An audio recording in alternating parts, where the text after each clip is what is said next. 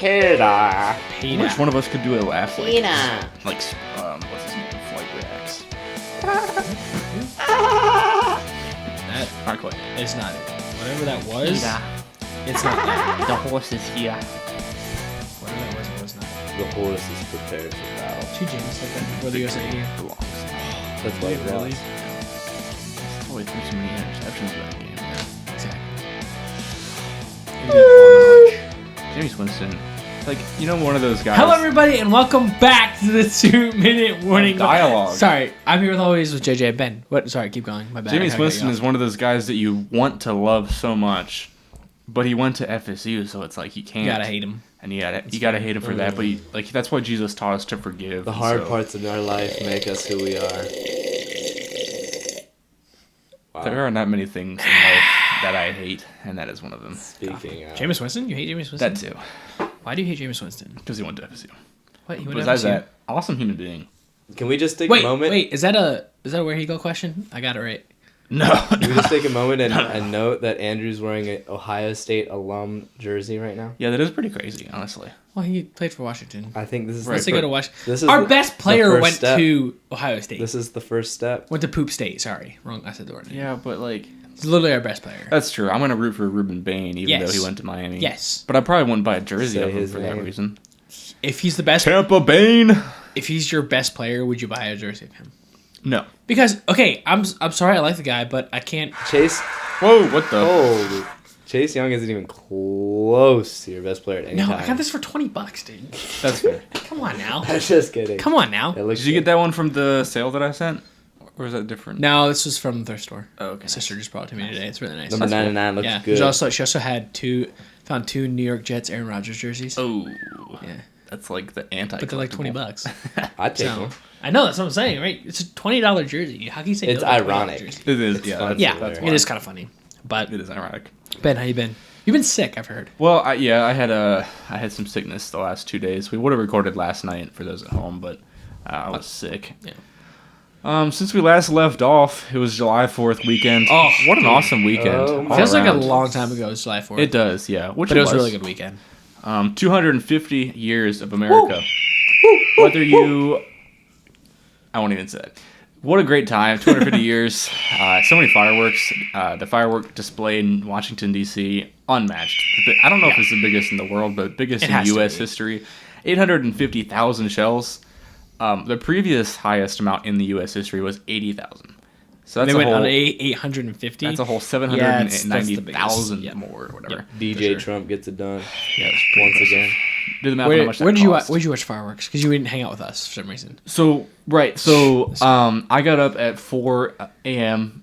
on Saturday morning to go deep sea fishing with good friend On Daryl July 4th is crazy. on July 4th, and Actually, I will tell you, relationship. I said no. I will tell you, that was some of the most freedom I felt in my life. This is fair. Is going deep sea fishing, and I was kind of scared because I have like a disorder where I get balance issues, and that's why I was sick. So I wonder why, if that's why you were sick for the last couple days. Okay. So I came back and I was still taking Dramamine for seasickness for 2 days, and then I stopped taking it on Monday, and by Monday night, horrible. That's crazy. So it sick. literally lasts longer for you. Yeah. Like you have to recover for a while. Yeah. That's crazy. Yep. So then I spent all of Tuesday and Wednesday resting, taking tons of Gone to work fluids. at all? Didn't go to work. And then today I felt like pretty much fine. Yeah. Which is crazy. But also I started taking medicine again, so that's probably why. Drugs are Crazy. cool. Crazy stuff. But yeah, I love fishing. Caught a couple good sized tuna. Yeah. So there, you guys had a really good trip. A lot of good tuna. Yeah, it was awesome. Still have some in the freezer. I gotta cook that up for myself. Nice. Yeah. Yeah, I'll give me some. JJ, I need to get you a Yeah, bag. where's mine? I forgot to give you. I had 2 bags of tuna. Tuna. And Really good. Tuna fish. Tuna is so good. I love eating tuna. JJ, how was your 4th? What'd you do? Fantastic. We hung out together. The bombastic. Best friends. 4th is always a wonderful day. We went. You can't talk like that when you're talking about I just the 4th thought of about. July. I just That's thought about. horrible. Oh, by the way, speaking of British DC, JD Vance's post commenting about this on a British page. No. Why would I care? Some prominent British Sports page podcast. Why we're talking about was this. making fun. It's funny. It was making fun of America. It was like America's Last week, 250 years old. Neil the Seal or whatever. Yeah, every week crazy. I have a new segment called Random Fact, random thing I see on my feed. There's some pretty random they were stuff saying, on his feed. America's 250 years old. We got this pub downtown London that's like 1,400 years old. And JD Vance is like, yeah, and if America wasn't 250 years old, it would probably be written in German. It was pretty funny. Anyway, so I shouldn't be talking British accent. USA, what a great country. So blessed to live I here. went golfing on 4th of July. We did go golfing on 4th of July. It was awesome. That was really good. That felt very patriotic. Little weather delay, but I feel like that's part of it. Yeah, sat on the golf course for like an extra 20 minutes just waiting for it to rain Got out. cool. The wind was nice. Played pretty well. I feel like we both played pretty well. How'd you feel like you played? Driver was on. Yeah, you hit your driver very Driver well. was good. Everything else was off. I had a few. Basically, at the third hole, my pitching wedge was the only wedge that was working, so I just used that the rest of the round. He literally used it the rest of it. He'd be 180 yards out. I was like, I'm going to hit pitching wedge. It was pretty good. I would admit, when Alright. JJ hits the ball well, he hits the ball very well. He carries his pitching wedge like 160 yards, which is impressive. Yeah, that's all I used, though. Yeah. Hey, it works. It was fun, Works. a lot of fun. Then went back, took a nap. Then this kid came over again to our house. We hung out Couldn't pretty get much away all day. from It him. was awesome. Made steaks. We did. Watched soccer. Mm-hmm. And went out to watch the fireworks. Mm-hmm. Really, really good fireworks show. Yeah. Really enjoyed Sunset it. was beautiful. You guys went out to Mayaca. We did. Yeah. It was good. Yeah, golf was fun. Sunset was beautiful. I had a very good round, like second best round of my life. Nice. So it was really good. Where'd you go? I went to Bentry. Venture, yeah. Nice little course, classic. but it was nice. Mm-hmm. Yeah, I played really well. A little bit frustrated Good time. shooting the 70s, but it's okay. Mm. It's okay. It's okay. Happens to the best of us. It was a good time. Yep. Good fourth. Played basketball Tuesday night. JJ, how did you able to Yes. score 36 points? Man, it's just Your whole team scored 32 They points. scored 36 points. it's a mystery. Oh, days. It's a mystery. I don't know. I don't know. I don't know what's wrong. We actually had a chat afterwards. It was like, what is wrong with our team?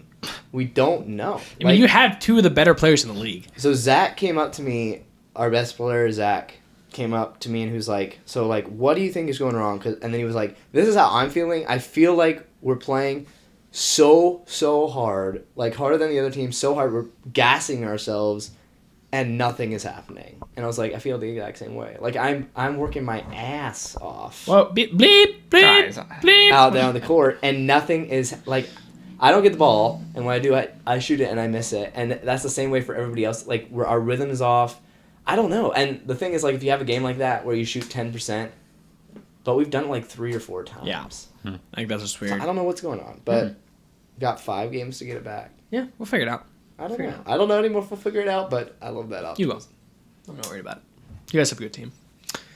Getting right into our top 3, starting at number 3. That It's was just the worst an thing. Sorry. overall sports talk. Probably not. Yeah, I don't know exactly what band will probably take over a lot of this segment, but I did want to get started with Wimbledon. Just kind of check in where we're at. I know we talked about that last time, and we are down to the semifinals in the men's side.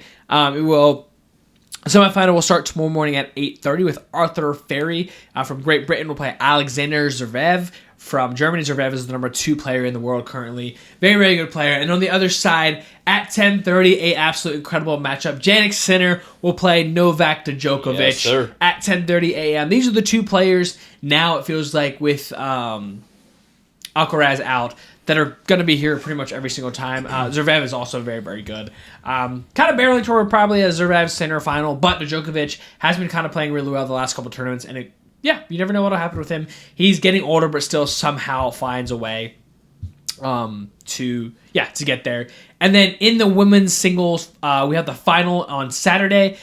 These are 2 Czech Republic women that I don't know how to pronounce their name, but both from Czechia, Carolina Muchova and Linda Noskova. So, yeah. They're naming them after U.S. states. Number 9, number 10.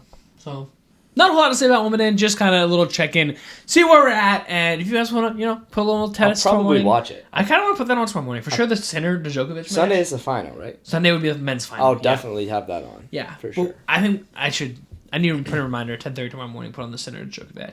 I probably won't watch it tomorrow, but It's going to be a good match, though. I'll see the result. Yeah, definitely look at the result, but I don't know, we'll see. Could be fun. I like having Could be fun. Wimbledon on Ben, Sunday. what else we got going on right about now? Hey, let's jump over to Austria. How about we do that? I like that. F1 in Austria. Quick little recap from the current or the last 2 races that happened since we last recorded. When we last left off talking about F1, Lewis Hamilton had got that huge win in Barcelona, and then due to the Antonelli DNF, and then in Austria, George Russell is the winner. That'll be Antonelli's teammate, so Mercedes is pumping him out as far as on the leaderboard. In that Austria race, if I can pull it up here, oh days. That's the British Grand Prix. Antonelli finished third, Verstappen at second. So still, like I said, Mercedes pulling the entire time. And then Sunday, British Grand Prix. It's ironic that the British Grand Prix is the same weekend as July 4th, but here we are. Charles Leclerc gets the win, and Lewis Hamilton gets third, so then Ferrari gets first and third on the pole. That's huge. And then George Russell finishes second. In this race, Antonelli finished 15th. He did finish the race 8 seconds behind, but in this course, lots of very close finishes. So Kimi Antonelli is 15th, but lucky for him, he stays first in the standings. Him and George Russell are still both first and second, but Hamilton is right behind Russell, and Leclerc is right behind Hamilton. So it's a 4-man race, but pretty much a 2-man race between Mercedes and Ferrari. So F1 is really heating up as far as those final standings. I'm excited to watch that pan out. But that'll do it for F1. And then we'll bounce over to the NBA. There is a lot going on in the NBA offseason. The trade market and free agency is kind of slowing down, but there's still the occasional big move. Andrew, do you remember back earlier in the season, there was some drama regarding like a tree company and potentially paying players that had partial ownership? Right. So the person that was the main culprit, Kawhi Leonard, was just involved in a large trade. He was. And if you recall, that trade is to a team that is outside of U.S. jurisdiction. Mm-hmm. Do you know what that means? I don't. If that trade goes through and he is now employed in Toronto, FBI cannot... They can't do anything. Oh. He's done. He's off the hook. Interesting. Are things starting to make a little more sense? A little bit. Running from the trees. Well. The NBA came out with a statement today saying that trade will not go through until the FBI and NBA investigation is over. Meaning, if something comes back to bite them, Kawhi is potentially removed from the organization, therefore he cannot be traded from the Clippers to the Raptors. That's some big news. That's some big news. That's insane. So, that trade involving Brandon Ingram, Grady Dick, a bunch of picks, could be not happening depending on the outcome of this investigation. And who knows how long this investigation is going to go. Yeah. Because it sounds like it's a muddy... A whole situation. You get it. A whole situation. Yeah. So, beyond that, we're still waiting on the results from that. Some more news from this past week. Walter Kessler finally got traded out of that Utah Jazz, and he is on the Lakers roster. So that was kind of rumored for a while. Kessler, obviously a great starting center for the Lakers, or backup, depending on who they continue to pick up. They're still looking to get some more depth at that center position. Some more moves, smaller moves. Norman Powell, who was previously on the, I believe the Heat, right? Correct. Am I stupid? Yeah. He was the Heat's starting / backup point guard. He was a free agent. He just signed with the... Oh my goodness, I just lost everything. Pardon. I believe the Bulls, if I'm not mistaken. Another shooter leaving Miami? Yep. That's okay. They also got a new signing. Where is it?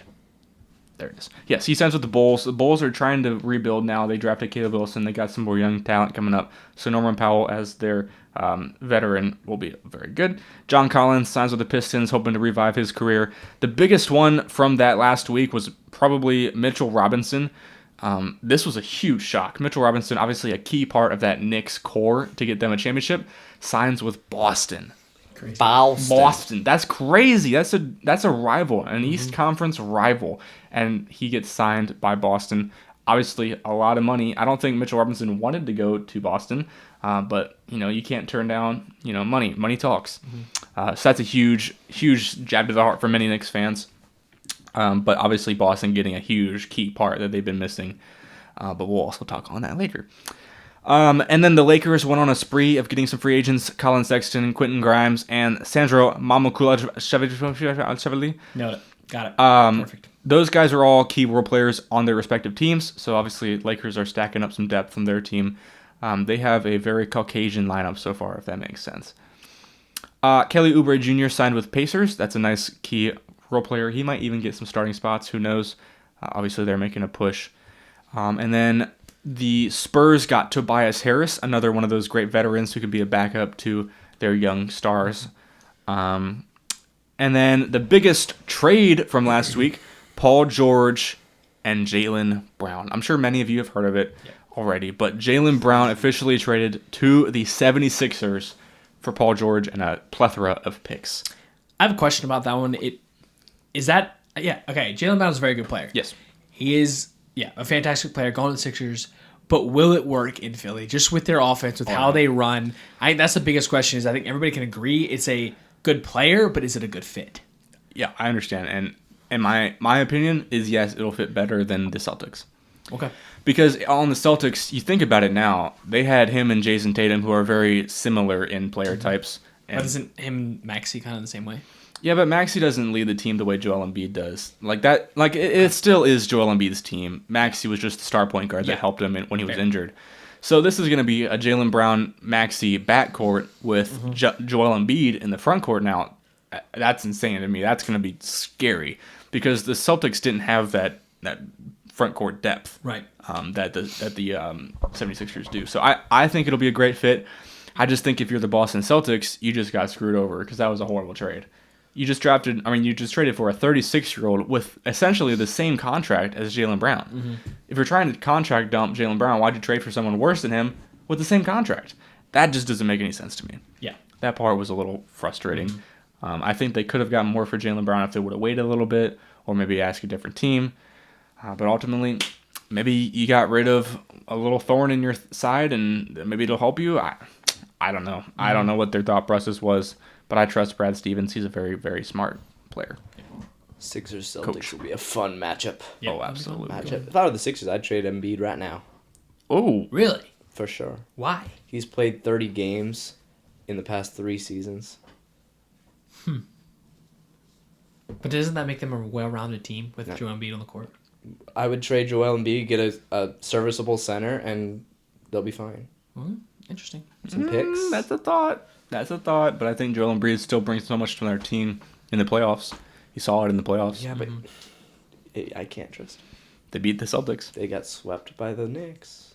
Well, the Knicks are... And who's the Knicks center? The Knicks also swept everyone else.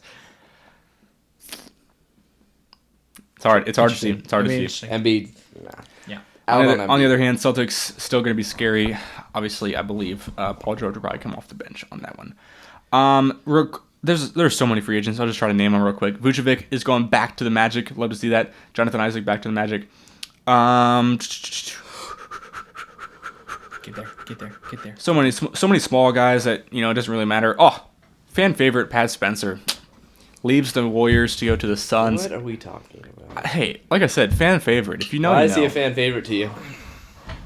So relatable. He's your guy. Hustle player. I think there's always that one guy for. Oh, absolutely. And he was so much fun. Who's my man? Was Zubac? Yeah. That was my guy for. Dude, it's just random guys. Yeah. Pat Spencer was a Warriors fan. Who's your random guy? Zubac and Spencer have one quality that is very similar. Very white. All right. Nailed it. Who's your niche favorite player? Who's your niche player? Who's the blackest person? Oh my word. Guys, this guy. Who's the guy for the Duke? Who's the Duke center that cried when he got drafted? I actually like him. I don't know. It's an African name. I have no idea. But it's gonna be like a random NBA Onigwa or something. You don't have a random NBA player you love? Just say Bol Bol. It's Russell Westbrook. There you go. Sure. Keep going, man. Always been a Russ fan. That was little. Don't get me started on Russ. Oh my goodness. Okay, I think it was Thursday or Russ. Friday or Saturday. DeAndre Ayton is finally out of the Lakers, which is interesting because, it's not. It makes sense. Luka wants a very good pick and roll center who can throw lobs to, and Ayton just frankly isn't that. Ayton ain't that. He was traded simply for Jaden Hardy, so now Ayton is going to be on the Wizards. Andre Drummond, he's still kicking it. He just got signed by the Knicks. Obviously, that would be a Mitchell Robinson Didn't replacement. Middleton go to the Wizards too? I'm getting there. Yep. Are the Wizards gonna be in the playoffs this year? I think so. Wizards, good. Bones Highland resigns for a massive deal They for need a the point guard. Timberwolves. Oh, what? They have Trae Young. Yeah. They got Trae Young, DeBatsa, my Chris goodness. Middleton, Anthony Calm down, Davis. Calm down. They're playoff mound. Rui Hachimura signs with the Clippers, so he goes from South Bay to the other LA suburb. Harrison Barnes resigns with the Spurs. Al Horford resigns with the Warriors. Guys, it's LeBron James going to the Wizards. With Anthony Davis. Like we said last time, Trae Young signed that massive new contract with the Wizards to stay with the Wizards. Kevin Huerter signs with the Pistons, so they get some shooting that they've been needing for a while. That was fun. Guys. Stop, we're going to get there. Donald Trump tells LeBron he has to come to the Wizards and win in Washington, D.C. Okay. He tells Keep LeBron going, he could be Keep president hammering down. What if LeBron? if he comes and plays for the Wizards. Be crazy. Keep going, Ben.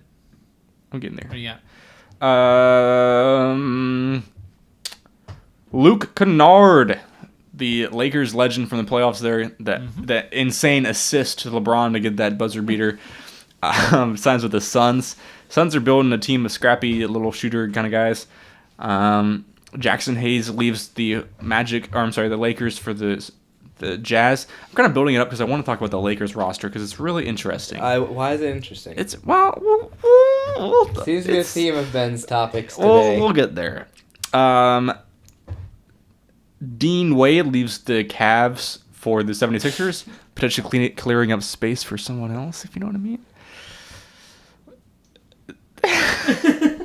Tim Hardaway Jr. was the one that I wanted to mention for the Heat. He signed with the Heat. That's a shooter. His dad let him have his number. Right, yep. That's the big That thing. was so funny. Because they, retired... His dad, first of all, his dad said, "No way he's having my jersey. It's staying in the rafters, not coming down." And then, 3 or 4 days later, they came out. His dad didn't say anything, but Tim Hardaway Jr. said he made a selfish decision, and then he made a family decision. I think they might have killed his dad.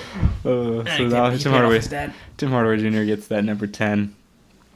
So that's fun. What you doing, buddy? DeMar DeRozan will not be returning to the Kings, so he becomes one of the top free agents to see where he will go. Thunder, trade for Russell Westbrook. They don't have to trade. Please. Kevon Looney signs with the Lakers, so the Lakers do get another center in Looney, but obviously I think he should play power forward. Looney's not going to get many minutes. No, probably not. Unless he does a color change. Dude, we got to chill. Bro, Chris you gotta calm down Middleton. right now. Chris Middleton signs with the Ben Wizards. wants to talk about it so bad. I'm just talking about random signings. No, your Lakers. That is not what I want to talk about. Okay. Oh my goodness, you gotta chill out. Chris Middleton signs with the Wizards. Like you said earlier, the Wizards are building a pretty good squad. They have a great core now. I'm very curious to see if they Kevin keep. Durant's from DC, by the way. I'm very curious if they keep Anthony Davis, They need a power or if they forward. ship him off, trade him for someone else. They said they're not. Who knows? You never know with him. You never know. You never know. I'd love to see Washington good again. And change their jerseys. Oh, Mo Bamba. Shout out Mo Bamba. He signs with the Jazz. Jordan Clarkson resigns with the Knicks. And then today, that's pretty much it from today. So that's pretty much all of the big news around the NBA signings. There's more to come. There's a couple great free agents still on the market. I think that's about all I need to talk about. I think we're about to see a lot of shaking up, depending on where LeBron decides to sign. Dude, I think that's gonna be a the decision. domino effect. Yeah, definitely. His second decision. Yeah, because if he signs somewhere, then the second best guy is immediately getting signed. The third best guy is immediately getting signed. So it's just gonna be straight down from there. It's called a domino effect. Yes, it is. Yeah. Dominoes. LeBron signing is not that big of a deal. I think it's the team's signings around him, getting him, that are going to be a big deal. Because whatever team signs LeBron has to go all in no matter what. Yep. Because he's like the third, fourth best player on the team he's going to be on. Yeah. Depends who he goes to. Yeah, but he's not going to anybody that's bad. True. Mm-hmm. So, even the Heat, you got Giannis, but they're going to have to make a trade. I don't know. Maybe second best player on the Heat. Yeah, I mean, you got Bam the GOAT. What am I talking about? Speaking about Tobias Harris, you mentioned him earlier. Career earnings. He's made $333 million. That's more than Kobe, Shaq, That's more than Tom Brady. Wow. Like, this guy's raking, and he hasn't won a chip. Actually, he's never been a superstar Yeah. in his career. Crazy. Oh, also Kyle Lowry retired. Really? Shout out Kyle Lowry. Shout out Kyle Lowry. BBL Lowry. Yeah. Yep.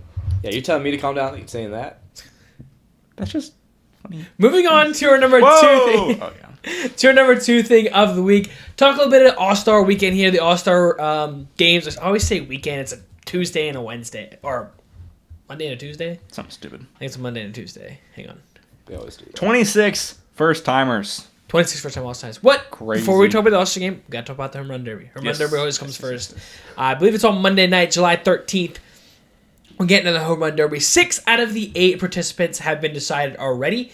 And yeah, so we'll talk a little bit about those guys. The first one I have here is Bryce Harper. Bryce Harper just announced he will be in the T-Mobile Home Run Derby. What's really fun about this one is he has participated in the Home Run Derby in 2018, and he actually won it as a Washington National. That was in Washington. This one, he's a Philly. This is in Citizens Bank Park. So this is see if he can win his second one in another home ballpark. That last one he won was electric. I remember watching it. That was absolutely crazy. See if he can get another one here in Philly. I'm going to talk about our guys still a little bit later. But one guy that surprised me when I saw it was Red Sox Wilson Contreras. Is his first ever home run derby. He has sneaky power. I don't know if he'll be a great player for this format, just because he's not a big guy. Like it has kind of shown in the past, bigger guys tend to win this thing just because you don't have to exert as much. Probably the Red energy Sox only chance to get somebody in the All-Star game, honestly. No, every team has to have somebody in the All-Star game. Okay. What? All right. I'm Don't saying say this that to up. me. Don't say that to me. No, seriously. But we'll see. He's already at 20 home runs this year, having a really good year. We'll see what he can do in the home run derby. One guy that could be really, really fun, young guy with a lot of power, is Jack Caglione from the Royals. This is From the Gators, actually.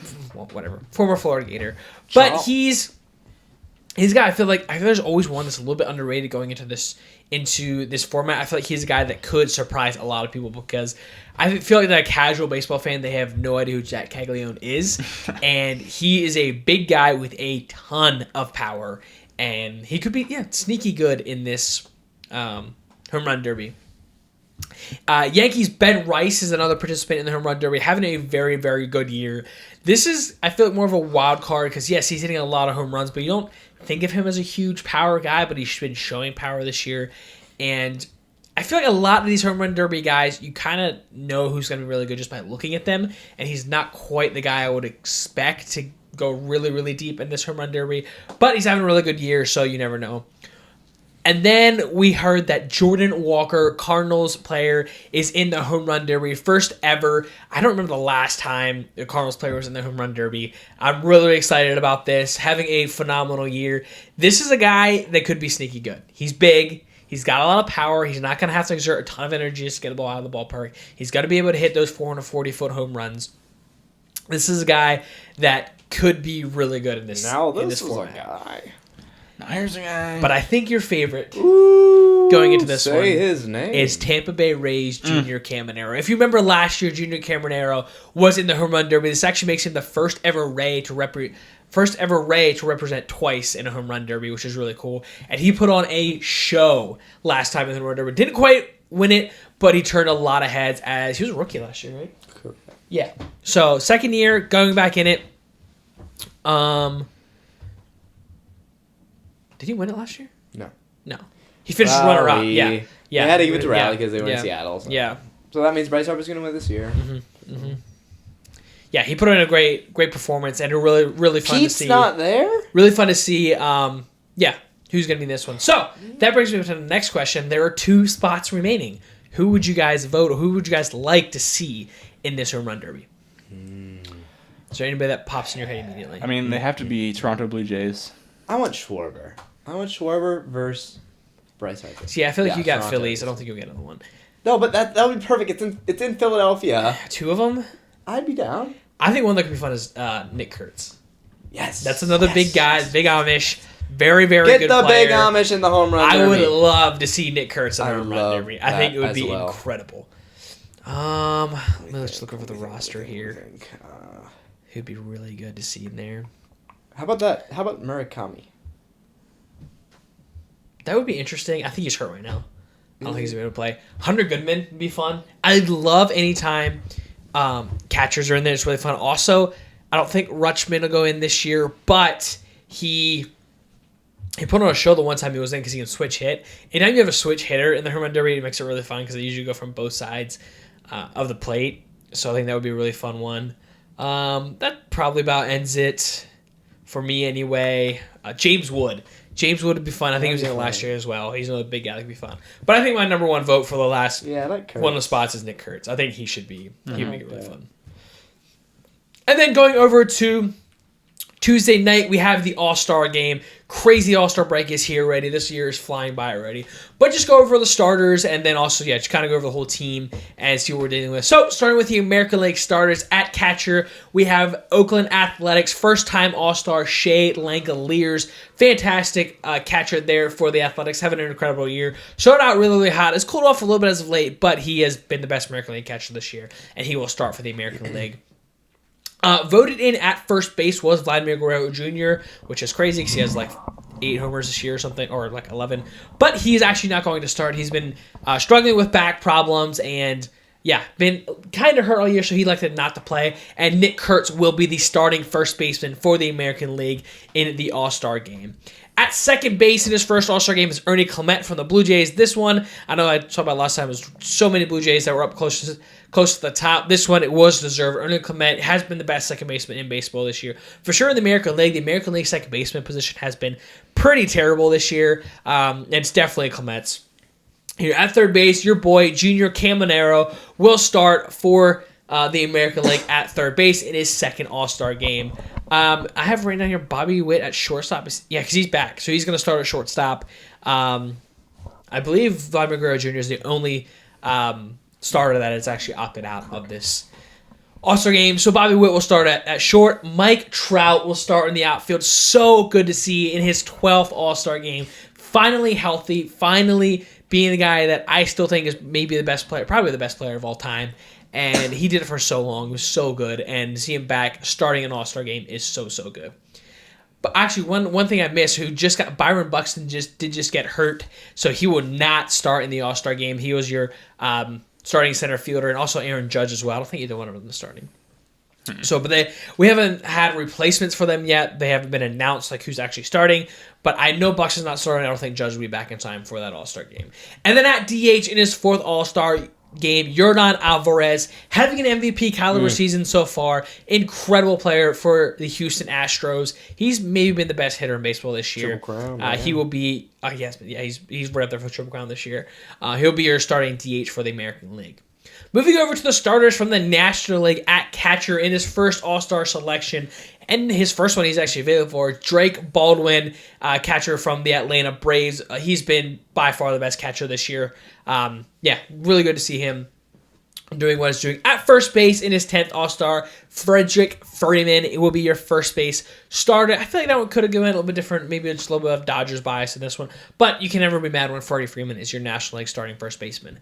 At second base, it is Ozzie Albies from the Atlanta Braves. It's pretty much a Braves and Dodgers team, for the most part, but we'll get there. At third base, another Dodger, Max Muncy in his third. Yeah, I feel this is deserved. The Muncy's had a very, very good first half of the year. At shortstop, the first non-Brave or Dodger is C.J. Abrams from the Washington Nationals. Nationals are pretty well represented in this All-Star game. They have really good offensive pieces, and Abrams being a starting shortstop is good to see. In his first ever All-Star game, hometown man Brandon Marsh will start in the outfield for the National League. He's had a resurgence here. He's been a guy in the past that's been solid and kind of a platoon guy, and this year he's been off. He's been one of the best players in baseball. So, starting center fielder there for the National League. Juan Soto will start in left. His 5th All-Star game selection. Struggled coming out of the gate, but last little bit has really, really turned it on. So Juan Soto will be the starter there. And his first All-Star, Andy Pages, Dodger, first-time All-Star. He's struggled a little bit as of late, but started out really well. I do love seeing this, even though he's a Dodger, is a guy that has been not good. Like he has struggled at the plate the last couple of years he's been playing, and this year he's really turned it on, playing really, really well. So good to see him there. And then DH, Who's this that? is where I had a discrepancy. I did not agree with the starter. Who's this? I thought it should have been somebody else. But Shohei Ohtani in his 6th All-Star will start at DH. I thought it should have been Schwarber. I think he's having the better year. You look at the numbers, and they're pretty similar other than strikeouts. Schwarber has a lot more, but Schwarber almost doubles him in home runs. But, I mean, I'm not going to argue with it. Shohei Ohtani, he's incredible, and he will be your starting DH there for the National League. You guys got anything to say about the starters? Nope, I think it's all around pretty good. Judge will most likely be replaced by Bellinger. Mm-hmm. Anything on Buck? I know Buxton just got hurt. Just looking at Might Bucks. not be able to Don't think any news on Bucks. get anything yet, because I think that just happened yesterday, the day before. So I don't think they've announced his replacement yet. Moving over to the pitchers for the American League, Brian Baker from the Tampa Bay Rays, first ever All-Star selection. Got a picture there for you guys. Dylan Cease, his first ever. Aroldis Chapman in his 9th All-Star game. Jacob Latz from the Texas Rangers in his first. Parker Messick from the Cleveland Guardians also in his first. Drew Rasmussen, another Tampa Bay Ray in his 2nd ever All-Star game. Rays very, very well represented here in the American League. Joe Ryan from the Minnesota Twins in his 2nd ever All-Star game. Could be. Cam Schlittler could be your American League starter. I think he should be in his first ever All-Star. Cade Smith from the Cleveland Guardians in his first All-Star game. Ranger Suarez in his 2nd from the Boston Red Sox. Luis Varland in his first ever from the Toronto Blue Jays. And Michael Wacha in his 2nd from the Kansas City Royals. National League pitcher Chase Burns, first ever All-Star selection. Could be your starter. I think he should be. I think he's maybe been the best, but there's actually probably another guy that probably will be. Johan Duran in his, which I discovered this, Johan Duran's first ever All-Star selection. I thought he had been to at least 2 before this. But having a phenomenal year for the Phillies, he will get in his first. Another older guy that's really cool to see is Raisel Iglesias. I believe it's in his 10th or 11th year in MLB in his first ever All-Star game. Reliever there for the Atlanta Braves. Max Meyer in his first ever All-Star game from the Miami Marlins. Mason Miller, of course, from the San Diego Padres. 2nd ever All-Star game, having an incredible year. This is the guy that probably will start, Jacob Mizorowski from Milwaukee Brewers in his 2nd ever All-Star game. Eduardo Rodriguez from the Arizona Diamondbacks, having a resurgence of a year, been kind of a mediocre. He has, I believe his ERA was in the 5s or above before this year, and he's having an incredible year there for the Diamondbacks. Chris Sale in his 10th All-Star game, still doing it for the Atlanta Braves, still one of the best pitchers in baseball. Christopher Sanchez from the Philadelphia Phillies in the 2nd ever All-Star game. Paul Skeens, who's having a down year for Paul Skeens, but still one of the best pitchers in baseball. Logan Webb in his 3rd ever All-Star game, and Yoshinobu Yamamoto in his 2nd All-Star game. Moving over to the reserves, I'm just going to go position by position here, American League and National League. So the catchers for the American League reserve is Dylan Dingler and Adley Rutschman. In the National League, it is William Contreras and Hunter Goodman. Hunter Goodman has been one of the best catchers in baseball the last 2 years for the Colorado Rockies. In the American League, rookie Travis Bazzana in his first ever All-Star game. This is where I was talking about the second baseman for the American League is not great. Bazzana is a very good second baseman and will be very good there for the Guardians in years to come, but a little bit early. But you can't be mad at it. We're going to talk about Nick Kurtz. Kevin McGonigal, another rookie from the Detroit Tigers in his first ever All-Star game. Ben Rice having an MVP-type season. And Miguel Vargas from the Chicago White Sox. In the National League, we got Luis Ariz in his 4th All-Star game selection. Obviously, Bryce Harper, he was what they call a legend pick there. Pretty much just to put him in front of the Philly home crowd. In his first ever All-Star game for the Miami Marlins, Otto Lopez having an incredible year there for the Marlins. Matt Olson in his 4th from the Atlanta Braves, and Sal Stewart, rookie from the Cincinnati Reds. Outfielders starting in the American League, Randy Arozarena in his 3rd ever All-Star game, Cody Bellinger in his 3rd, and Riley Green also in his 3rd ever All-Star game. In the National League, Corbin Carroll also in his 3rd All-Star game, Pete Crow Armstrong in his 2nd ever All-Star game, Jordan Walker in his 1st, and James Wood 2nd All-Star game. And your designated hitters, another Tampa Bay Ray, Yandy Diaz, and in the National League, Kyle Schwarber. That is your roster. How many Rays are in the All-Star game? You're going to 3? 4? You have at least 4. You have Yandy, you have Junior, and you have 2 pitchers. Oh, yeah. Shout out Yandy. Well represented. We have 2. Oh, I think I missed a pitcher that just got added. I know Riley O'Brien from the Cardinals will also be there. Gotcha. So I know there's a couple others that aren't on this list that just got updated in the last day. But that's kind of the overview. Should be fun. I love the All-Star game. The MLB All-Star game is still one of the only ones I think that is still very, very good. I think the MLB All-Star game is incredible. Yep. You can actually play the game. You don't like the MLB All-Star game? It's all right. Explain to me why it's just all right. It's just show. I mean, it's like any other All-Star game. At least it's not like it's better than all the 17 to other 15 or anything. It's better than every other All-Star game. MLB is a little different because like pitching, you can't just you're not gonna just pitch down the middle. Yeah, exactly. You can actually try to pitch. So that's why it's nice. People aren't just gonna. It's not. I like the jerseys this year. Yeah. Beautiful. Yep. I might get one Rays. Yeah, there you go. Rays little hat or something. Yeah. No, I like it. I'm excited for it. Do you see this? What is it? What about CB Buckner? 7 umpires have informed MLB that they will be accepting their buyout. It starts. And CB Buckner. ABS is working. Guys, look at that. It starts. CB Buckner has accepted his buyout. Love that. He gone. Hang on. Yeah, All-Star game coming up should be really, really fun. Moving on to our number one thing. It is FIFA. It is the World Cup. FIFA. It has been absolutely incredible. Well, for the most part. But we're getting down to the quarterfinals right now. Getting closer and closer to the end, which is sad. Closer. I do love the World Cup. Who are our quarterfinal teams, Andrew? We'll get there. No, I gotta just talk about tell, what happened, no, right? say them now. We gotta talk about List them now. List them who made it through. France. Got it. Morocco. Boom. England. Well, not anymore, but yeah. Well, Yep, you said quarterfinal teams. Yeah, my bad. England. Yep. Norway. Yep. Argentina. Yep. Switzerland. Yeah. Who are the other two? Belgium. Belgium and... Why am I blanking? You say Argentina? I said Argentina because... Spain? Spain. That's what it is. Spain. Yep. Got it. 8 teams remain. Mhm. 1 will finish. How did we get there? Ben, you want to start on Tuesday? You got it pulled up? Yes, one second. Let me... If we didn't talk about that, I can't remember if we talked about these games or not. Tuesday. You finna talk about that? What the... Last Tuesday. I have to go way back in my This past calendar. Tuesday. I can start. You No, want me to start? let me go. Yeah, it seems like a long Tuesday. It was a long time ago. When Let we me get left through off these on back. Tuesday, I believe Cape Verde had just lost, or I'm sorry, Ivory Coast had yeah. just lost to Norway. That was immediately followed by France versus Sweden. This one was not particularly close. Mbappe scored 2 goals again, followed by Barca, who also scored a goal in the 53rd. This one wasn't really close. Sweden obviously outmatched by France. They had some surgence late in the game. Ivory Coast was tied with Norway much. till the 90th minute. That is true. I think we Holland. mentioned that, didn't we? Mm-hmm. Holland. Or What a legend. 86, they said. And then in that late game matchup, I think this one started at like 11:30 or something. Yeah. Like, so stupid. I caught the beginning, the national anthem. Oh, say. No, Mexico. Nope, not that one. Mexico versus Ecuador. Ecuador.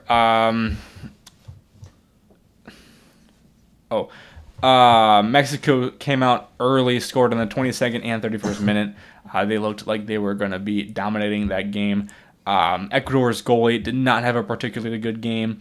Matter of fact, he had only 1 save, 2 goals allowed. Ecuador did not score. They even had a red card in the 95th minute. So this one, again, not particularly close. Mexico moves on. Did we think this one was going to be close, or this was kind of a, Mexico is going to be all right? We figured Mexico would Neutral win. field, close. True. But Mexico doesn't really lose. I feel like Mexico's been playing, well, that makes sense. Yeah, they've been playing in They Mexico. look the entire so time. good Yes. this tournament. They really Yeah, did. Mexico looks hot. Wednesday, July 1st. Oh, July has begun. England, Congo. DR?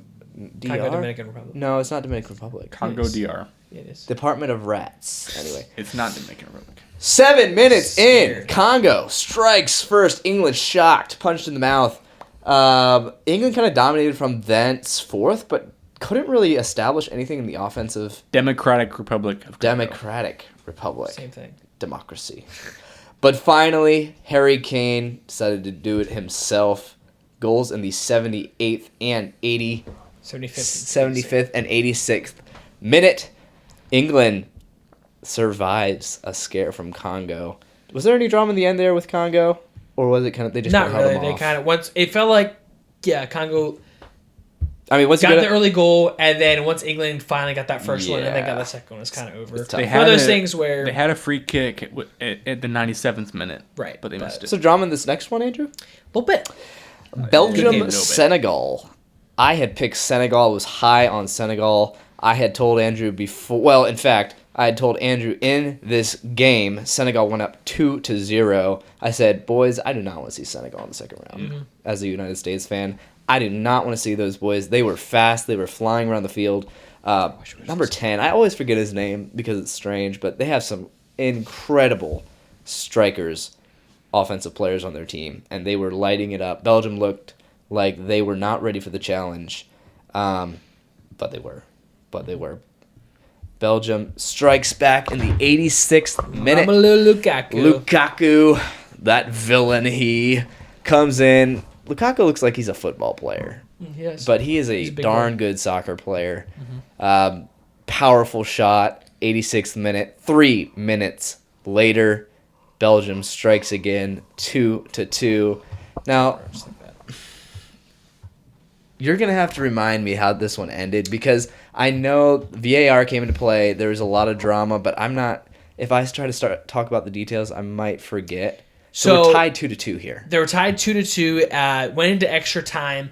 Went into penalties in 125th minute. So like the very end of the game, Senegal. It was a slide. I believe it was a slide tackle in the box. It was kind of like, did he get him? It was kind of a little bit of discrepancy, but it came down to base. You can't make that move in the box. It was a foul. It was the 125th minute. You can't take that. That's right because And the referee, the umpire didn't call it. They went went to to VAR. VAR, which we'll talk about later, I'm sure.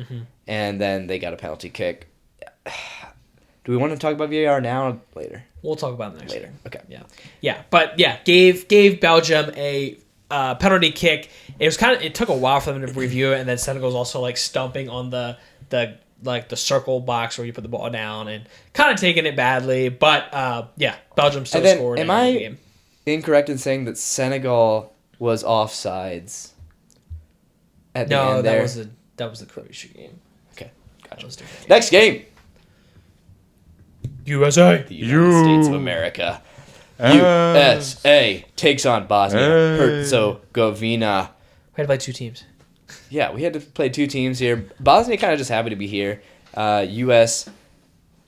did very well in the groups. They deserve to get this matchup here, and Bosnia didn't really pose a threat the entire first half.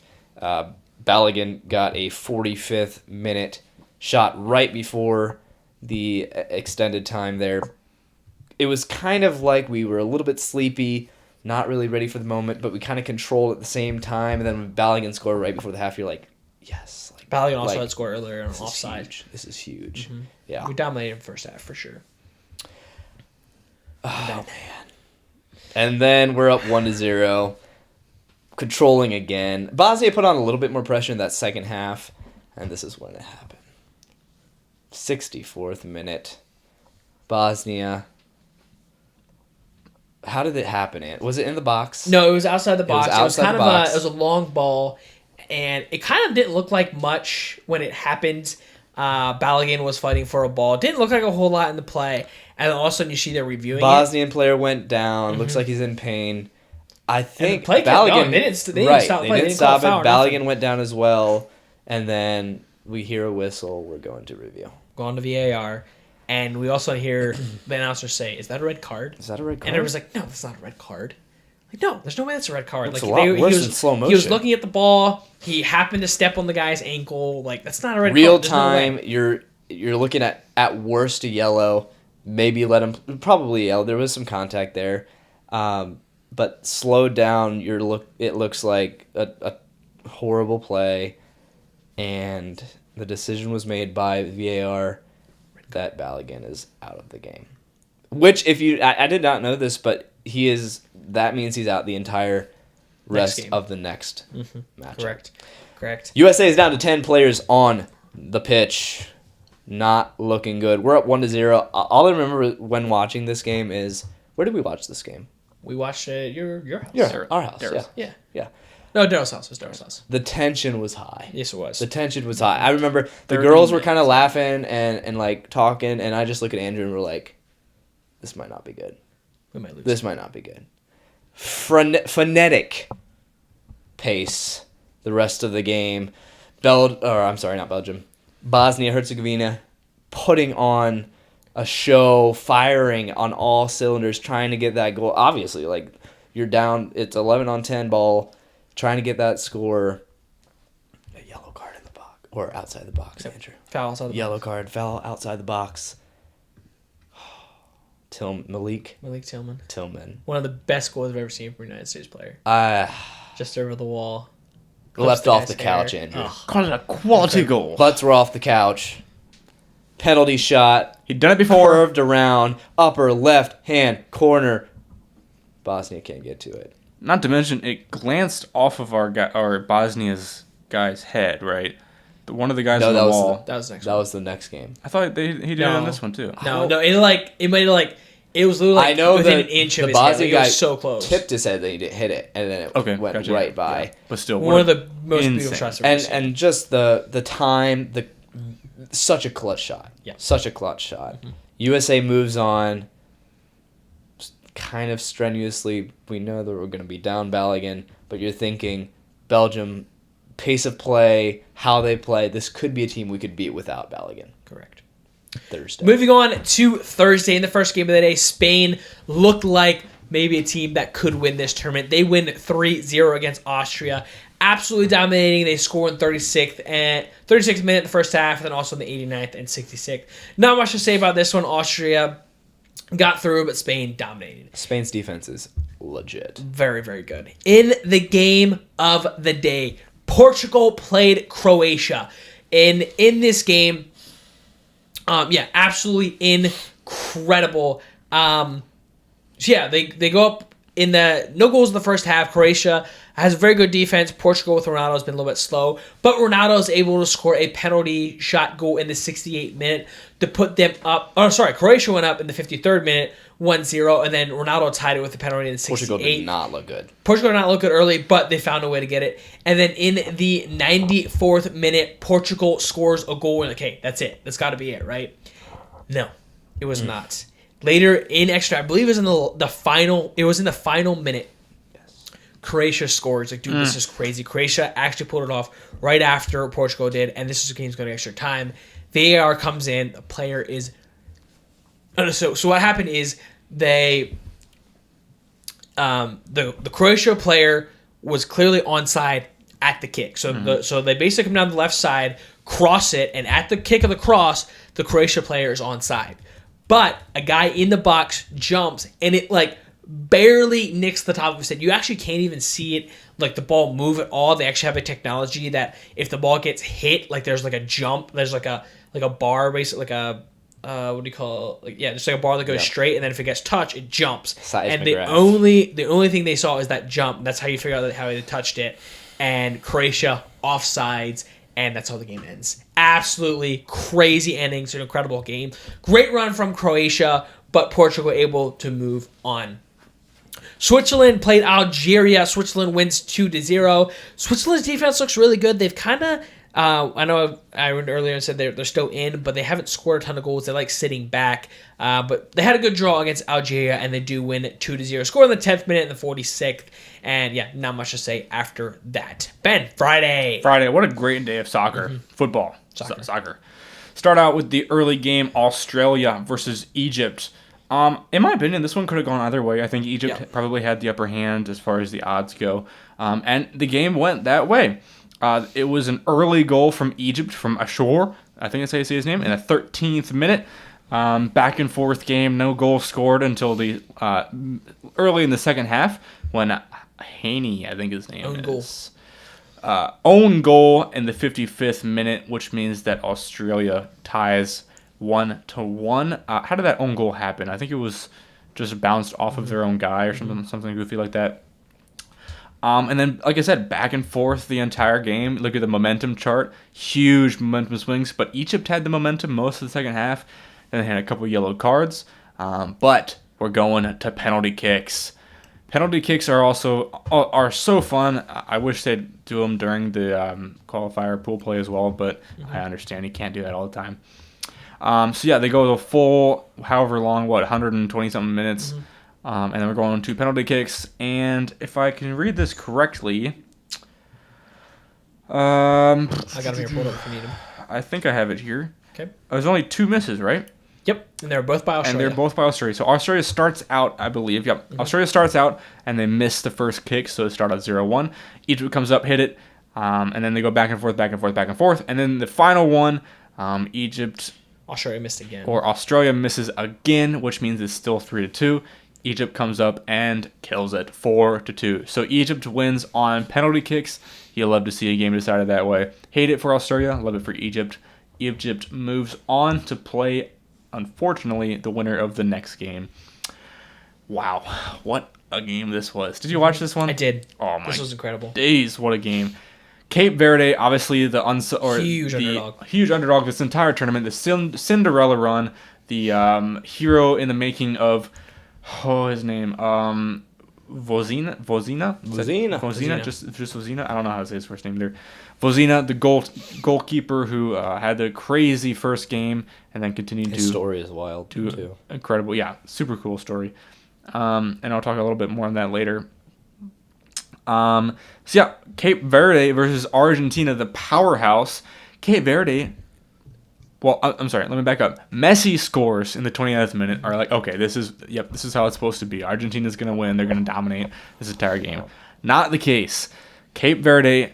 Then, would you say they controlled the pace? I think they could. I think they didn't control the pace, but they had Argentina still pushed. The random swing where all of a sudden they have this wide open path and they score a goal in the 59th minute to tie the game 1-1, and then it goes the entire second half with no other goals, so that you're going to extra time with the game tied 1-1. And you would have asked me that before the game started. I would have said, yeah, sorry, Cape Verde's Cinderella run is over. Argentina's going to dominate them. And that wasn't the case. But it looked like it was. It looked like it. If you just turn the TV on without looking at the score, you'd say so. But then you look at the score, and it's 1-1. And then in extra time, 103rd minute, Cape Verde goes... Back up. 92nd minute. Oh, blast. Argentina goes up... goes up 2-1. This was in extras, yeah. Yep, it was. I want my rocker. Yeah, you're good. Argentina goes up 2-1. Game over, right? Game over. They've been controlling the pace. But then, no. Cape Verde comes back. Cabral. Incredible goal. 103rd minute. Incredible goal. Take me through it. So, Cape Verde, yeah, like we were saying, Argentina, 92nd minute, okay, this game's over. Cape Verde's Lopes Cabral, I don't know how to say his last name, but comes down the left side, he makes one dribble. He's so if you're from the goalie's perspective, he's way to his right, outside the box, takes a shot, curves it and hits the side. One of the best shots I have ever seen in a soccer game. Incredible that he got this one to go. You're oh my goodness, Cape Verde is going to push this thing to penalties and have a chance to win. Mm-hmm. But what happened? Well, I believe that was technically an own goal, but that's just the point. It's not showing me the actual... The final goal was technically an own goal. Messi scored, but it deflected off of somebody. Oh, yes. Now I'm seeing that correctly. Yeah, so then we're all right, fine, tied 2-2. Now... surely Argentina's going to get that final goal, which they do. It was a corner kick, if I'm not mistaken. Mm-hmm. Corner kick, a great placement right in front of the net, center net, and Messi climbs the ladder, hits it. Isn't that right? No, because it didn't bounce back out, and it was halfway up, and it was a great strike by Messi, and then deflected off the guy. It was a high bounce because it was a corner that got knocked out, came back out, and it was halfway up, and Messi was a sideways kick, and hits a sick shot. Now I remember. Deflects something, goes in. This was a very messy shot. That's what that was. Very nice. I'm thinking of his other goal where he headed it out. Yeah. Yes. This is the one where someone attempted to kick it in off of the corner. It bounced back up to Messi, and literally, if you look at the angle from, I think it's the ref cam or some other cam, you're there is no way this pass is getting through. Yeah. Or this shot is getting through. And then, as only Messi can do, he weaves it in past the goalie. Technically, bounces off the other player. And Messi scores his technically second goal of the game. And Argentina goes up 2-3. And you would think this is the final one. But then, did you see the last save of this game? Holy cow. 116th minute. Cape Verde gets a free kick from 27 yards out. So it would be a very long free kick, technically. But man, it got past the wall. It was on target, but then Argentina's goalie Martinez gets a crazy save to save the game, and then Argentina ends up winning 3-2 in extra time. What a game! Argentina's been involved in some crazy stuff. So some crazy comebacks. And then that means that they meet Egypt in the next round. And then the last game of the day, Colombia versus Ghana. Ghana, a very tough team. Would have loved to see them continue on. But in a very early start, Colombia goes up 1-0 in the 14th minute. And then there would be no further games. Colombia dominated the possession. But like I said, no more goals. That game ended 1-0. Colombia moves on to play Switzerland. Friday, July 4th. Come on, you got to give the USA a July 4th game. That would have been fun. Here. We got to see France and Paraguay, who have our colors, and Canada play on July 4th. Canada got killed on July 4th. Canada versus Morocco. Never heard Canada probably the second worst showing out of this entire tournament. We'll get to the first in a second. 3-0. This could have been 5 or 6-0. Canada, their coach has been well known to have a strategy that is kind of controversial. They're very offensively driven, and if that doesn't work, that means it can backfire in a big way. And it did. Morocco controlled this game. Canada did not change their approach. Morocco took it. It was back and forth a bit early, but then Morocco, once they scored in the 50th minute, I should take you back. Morocco also played horribly in the first half. This was one of the worst first halves by either team I've seen this entire Canada kind of controlled it, and Morocco was the much better team. Mm-hmm. Right. Yeah. Mm-hmm. Yeah. And then the second half, Morocco, their halftime talk must have been better because they came out, scored 5 minutes in. They were in control. They added one in the 98th minute, but it was over before then. 3-0 Morocco, they move on. 8 yellow cards in that game. Mm-hmm. Crazy. Yeah, it was an ugly game. Again, Morocco should have won a bit more. Paraguay, France. Again, 2 United States colors thinking they can play in Philadelphia on 4th of July and pretend to be us. France holds on to win 1-0. It was a penalty shot by Mbappe. Otherwise, they did very little on offense. Again, Paraguay, huge underdogs. They were playing back so far. That was their strategy. They really couldn't get anything offensively going. France controlled. Mm-hmm. I don't know, but I would guess it's probably 7. No, I'm saying I would guess it's 75% possession 76. time for France. Okay. Was it actually? Mm-hmm. Yeah, they had so much possession time. They were just looking for ways to score. Finally did. I think this was a game too for the USA. Like, dude, we dominated Paraguay. We actually may be good this year. We'll talk about that a little bit later. On Sunday, in the game of the knockout round so far, we had Norway-Brazil. We knew this one was going to be incredible. We knew it was going to be really, really good. I expected there to be more goals. I expected there to be a little more interesting. We had no goals first half, and it took until the 79th minute for a goal to happen.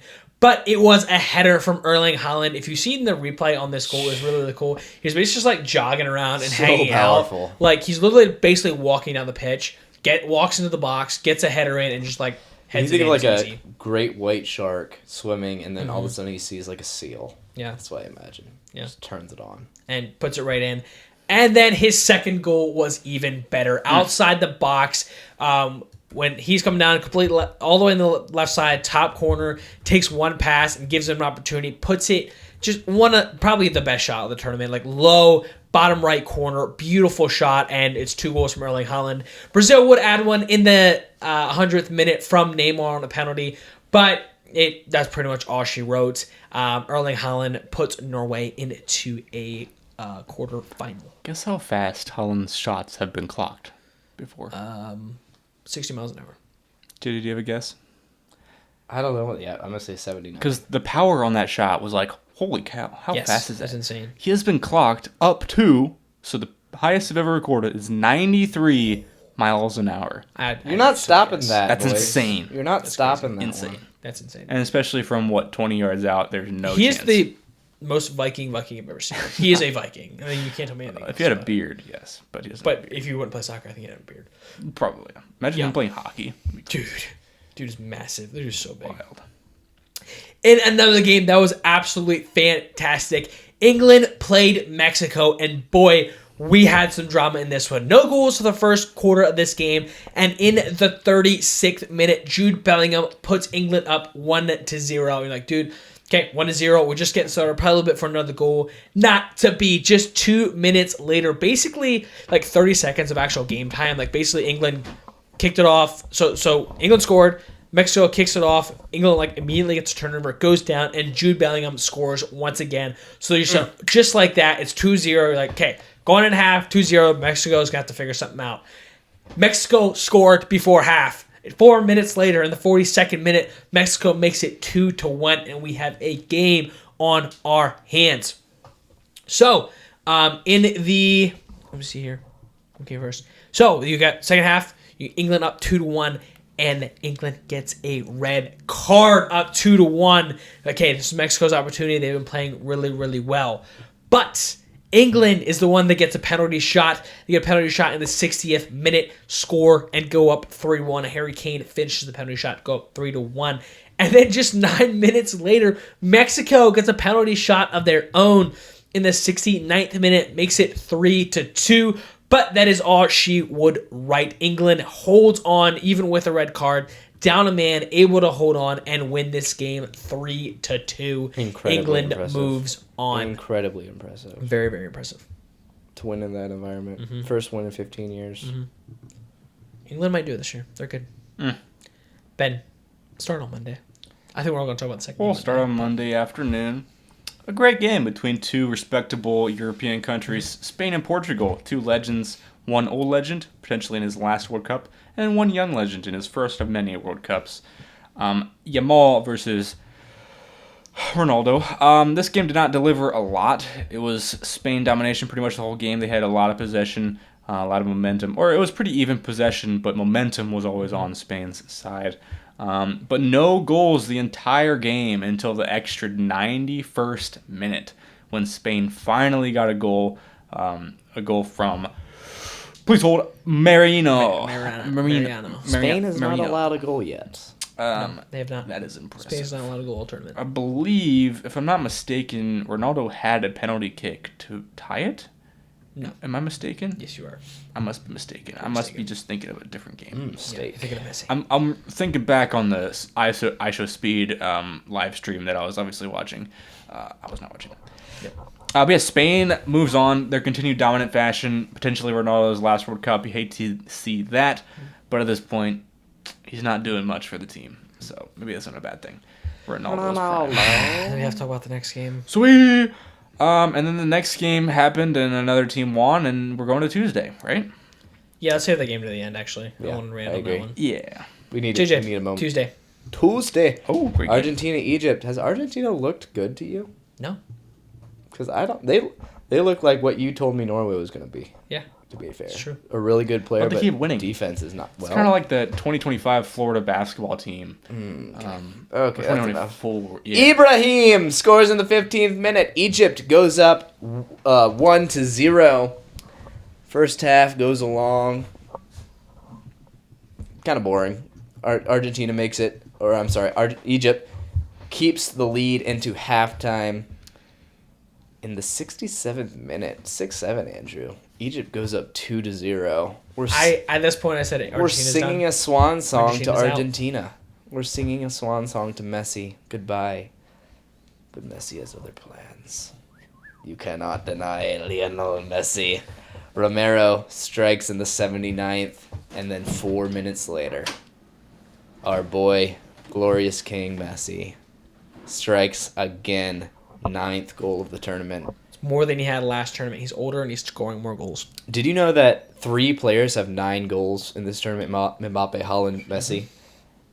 3 players in the last 30 years have had 9 goals in the World Cup. This has been an incredible tournament for the they're Stars. showing up. Yeah. Egypt stunned 2-2 now. Goes to the added-on stoppage time. 92nd minute. Fernandez wins it for Argentina. Crazy. I saw Tom Brady said this was like crazier than 28-3 or whatever. Yeah, and it was in Atlanta. It was in Atlanta. Yeah, biggest comeback since 2016. Switzerland, Colombia. Guess who passed? That late hour. Switzerland. Is this year's Morocco? Because they look fantastic. They've had the easiest road. Fantastic. Yeah. They have played solid defense. But look, they're in the Elite Eight. That's what I'm going to start referring to it as March Madness. Okay. They're in the Elite Eight. They wanted in penalties. Exactly how I thought it would.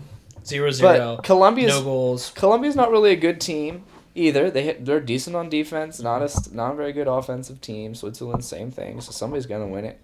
4-3 in penalties. Switzerland had to make that last shot, made it count. Get it done. Mm-hmm. Get her done. Switzerland moving on. I'm rooting for Swiss. Poor Colombia. Swiss. Yeah. Then we had It'd be very interesting. We had a day without a World Cup Wednesday. Crazy. Yeah. And then just today, France played Morocco. I thought this game would be a little bit better than it was, but Morocco does head out of the tournament. France pretty much dominates. No goals until the 60th minute, but Kylian Mbappe gets the goal start again. Another just incredible goal from Mbappe. He has so many this tournament.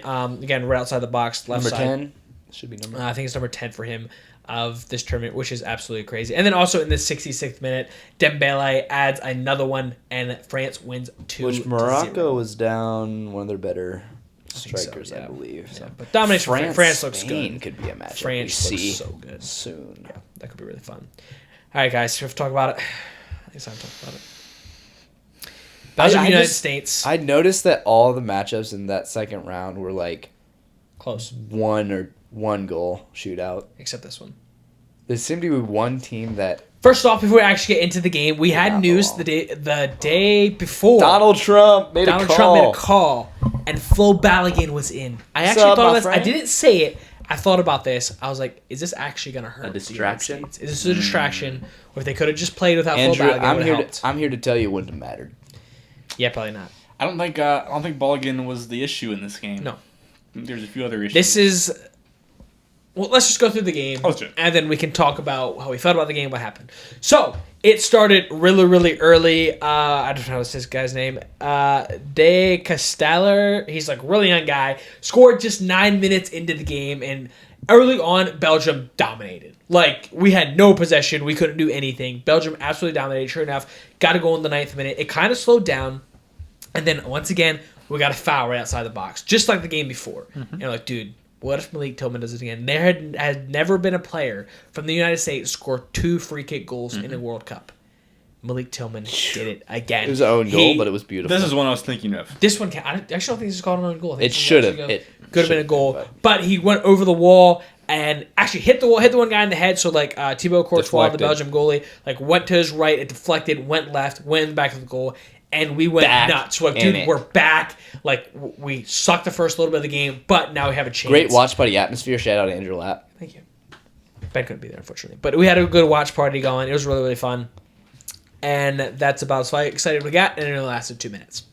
2 minutes later, same guy scores for Belgium to make it 2-1. And I remember Ben sent a text message like, "Let's go USA!" And I didn't even see it. And then he just wrote, "Oh." Like, it was... Like a minute later. Literally a minute later. We were all crazy and then went so low. And then maybe the worst play I've ever seen happened in the second half, in the 57th minute. It's a long ball from Belgium that... It's like a one-on-one, but Matt Freese has to come out of his net, makes the play, Look a lot better in the second half, by the way. Yeah, we started to look better. Like, we started to push, like, dude, okay, like, Belgium is clearly sitting back. Like, we have to go to them. We were looking like we could maybe go find a goal. And Matt Freese comes out of his net, actually plays the ball really, really well, and gets there's a defender coming at him. He kind of gets around him, and then he goes to kick it. And I don't know if he thought it was going to get fouled or what happened, but he basically just shoved his foot into the ground. Young Wei Koo, basically, and just doesn't kick the ball. Like, what are you doing, Matt Freese? And he hesitated. He froze, stopped, allowed the defender to get back in. He stole it away, passed it back, and then another guy came in and kicked it, and Tim Ream is there. Like, Ream is off balance, but he's there and just completely misses the ball, and it trickles into the net. It was the worst goal. It was the most embarrassing moment I've ever seen for a USA soccer team. It was terrible. Yeah. Horrible play. 3-1. That pretty much ended it. And just to put a little more salt on the wood, Romelu Lukaku scored in the 93rd minute. I believe Pulisic went it out like 2 minutes after. Pulisic went out soon after that with a calf injury, and it has come out that he would have been out a couple weeks. We wouldn't have had him anyway. But after that, it was pretty much over.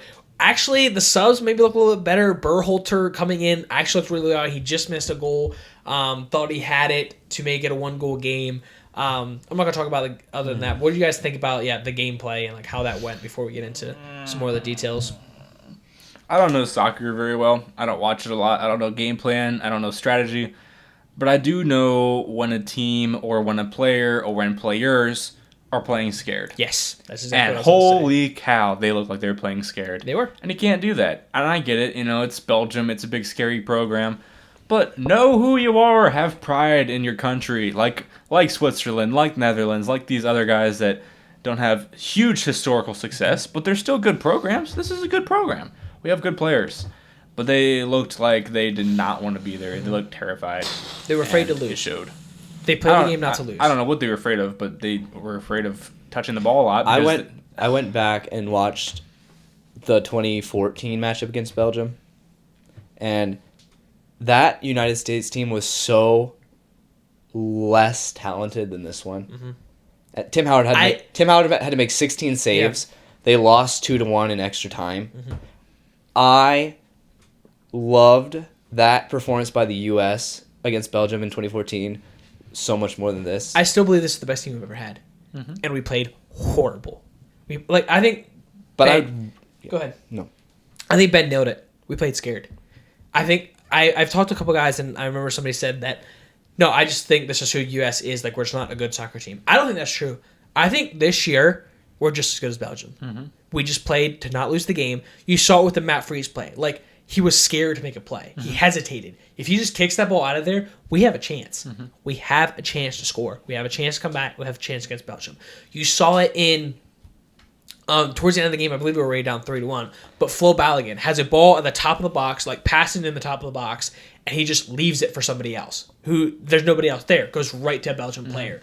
Like, there were guys scared to make mistakes. They didn't push. They didn't. You even saw in the passes they were doing. Like, Belgium had so much possession. That's because we hesitated on every single pass. We were behind every single play. If I'm not mistaken, either the first or second goal was because there was a header that we won that went straight up in the air in our own territory, and 3 guys around the ball just watched it drop. Yep. And a Belgian player came right in and they scored off of that.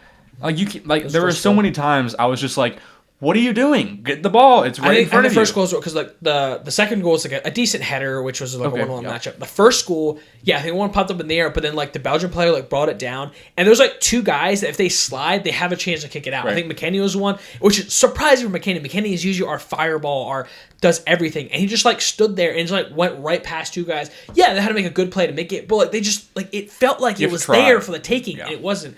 I think to drive home my point of when people say, no, we're just not that good, the best 2 players in this game were Malik Tillman and Sebastian Berhalter. Sebastian Berhalter is a bench for the U.S. Yeah. Sebastian Berhalter is by far a bench player for the United States. Well, he came in when we were down 3-1 and had nothing to lose.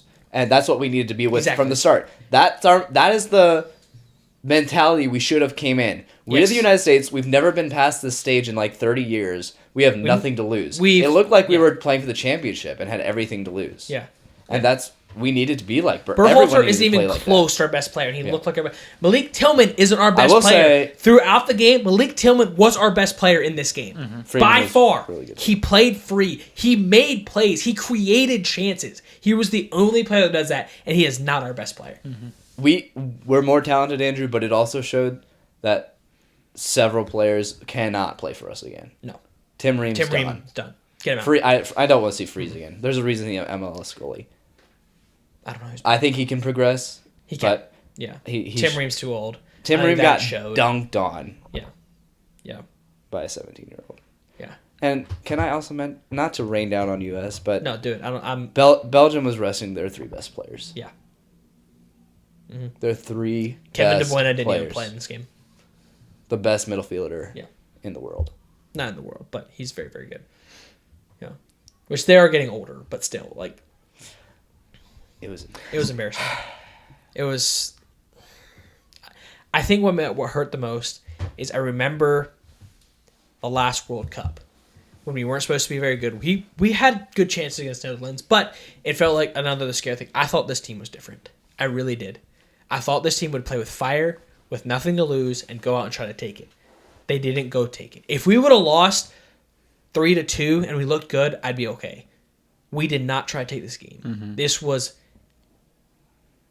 This team wouldn't have beat last year's team. It was an Playing like embarrassment Correct. to the U.S. sporting system. This team might have lost to some of the teams that we didn't even get out of group stage with. Yeah.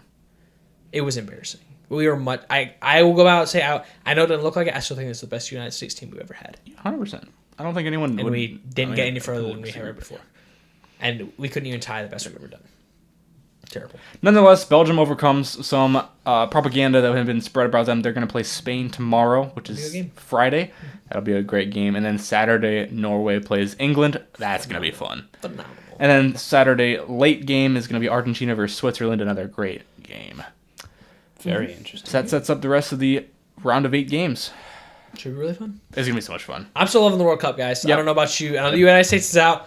A lot of people are kind of losing interest. Yep. I'm still I watching. thought it was funny that the announcers for that game were like, "This does not mean you should stop watching the World Cup just because the They USA knew everybody was lost." going to, But nonetheless, it was fun while it lasted, but very, very disappointing end Yep. to a phenomenal tournament. But think of it this way: Balogun is just starting his prime. Mm-hmm. By the time the next World Cup rolls around, hopefully some of our younger players are going to be even better, and we'll be back for vengeance. Hopefully. I doubt it, but hopefully. I don't think so. Maybe 4 years, though. CONCACAF will tell us a lot, 2 years. Maybe I'll start playing soccer. Ben, we need you. Be the change we Ben, we need. need you. Be the change you want to see in the world. Let's do it. Let's do it together. Let's all do it. Should we start a club? Guys, should we all start playing For with sure. USA Soccer? Let's do it. For sure. I think we could do it. Why Let's not? do it. Come on, guys. Absolutely. Let's do it. We can get some of the Ugandan guys we met. Yeah. Come over. Oh, yeah, for sure. I don't think that's how it works. Yeah, we can figure it out. Figure it out.